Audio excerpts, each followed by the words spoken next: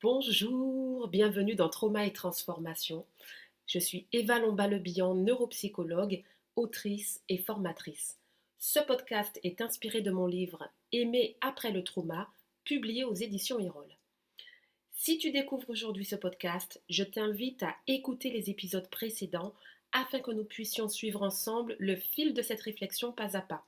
Et aujourd'hui, j'aimerais te poser une question délicate, une question qui peut parfois déranger, une question que beaucoup de personnes n'osent même pas se poser. La question est la suivante.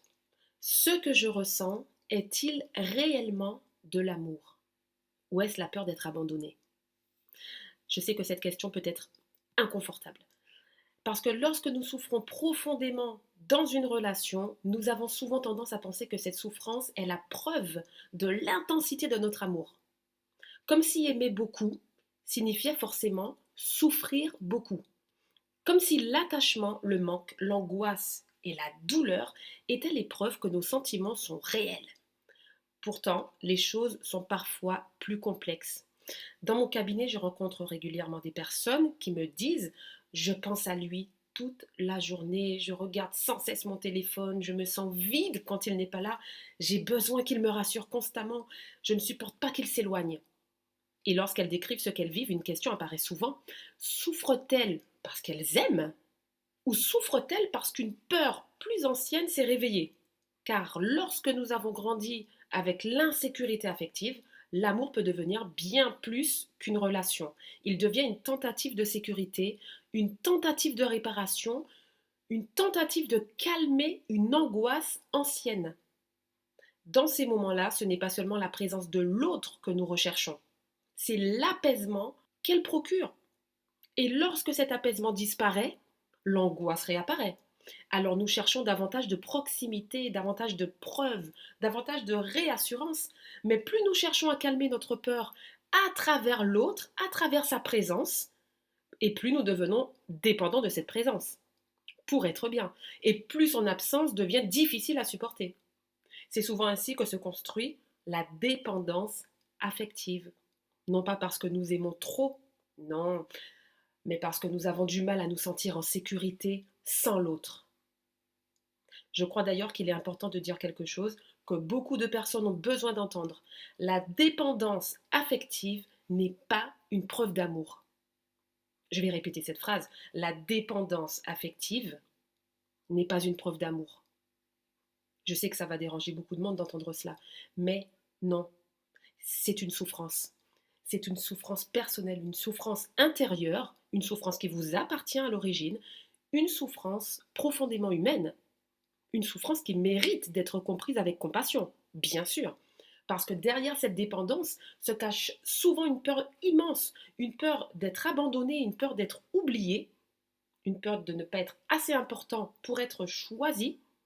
Alors nous nous accrochons, nous surveillons, nous contrôlons parfois, nous réclamons des preuves. Non pas parce que nous sommes faibles, mais parce qu'une partie de nous croit encore que la relation est une question de survie, comme lorsque nous étions enfants. La relation à nos parents, à l'amour qui nous est donné par nos parents, était vraiment une question de survie psychique, de survie affective. Je me souviens d'une patiente qui me disait, quand il ne répond pas à mes messages, je sais qu'il travaille. Je sais qu'il est occupé. Mais mon corps réagit comme si j'étais abandonnée. Cette phrase résume parfaitement ce que vivent beaucoup de personnes. Le problème n'est pas seulement ce qui se passe aujourd'hui, le problème est souvent ce que la situation réveille.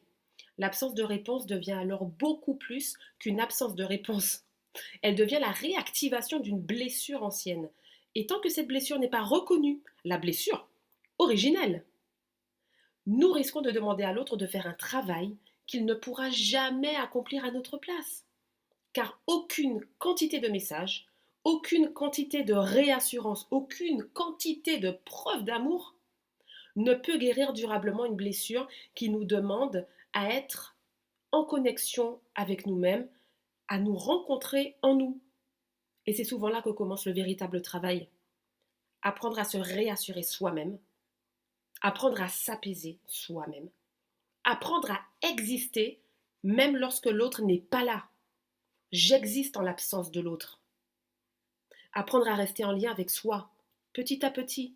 Ça peut être difficile, sans se juger, avec douceur.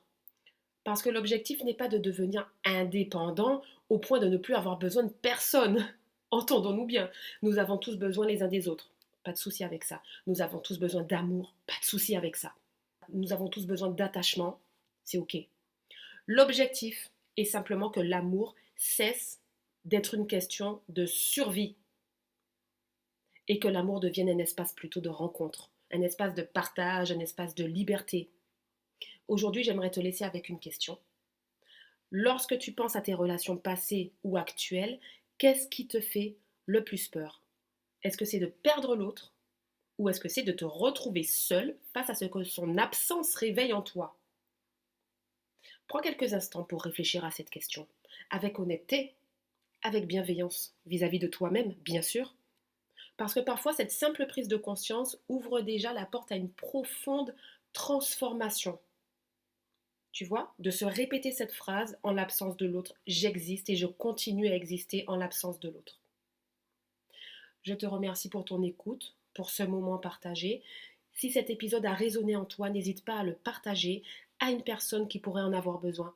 Et si tu souhaites soutenir ce podcast et m'aider à diffuser ces messages au plus grand nombre, je t'invite à t'abonner, à laisser un commentaire et à attribuer un maximum d'étoiles à l'émission.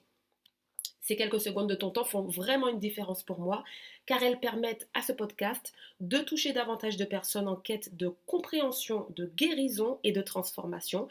Et c'est grâce à ces petits gestes que ce podcast peut continuer à grandir et à toucher celles et ceux qui sont en chemin.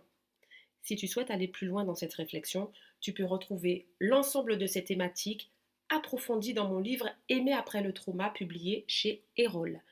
Je te retrouve très bientôt pour un nouvel épisode de Trauma et Transformation.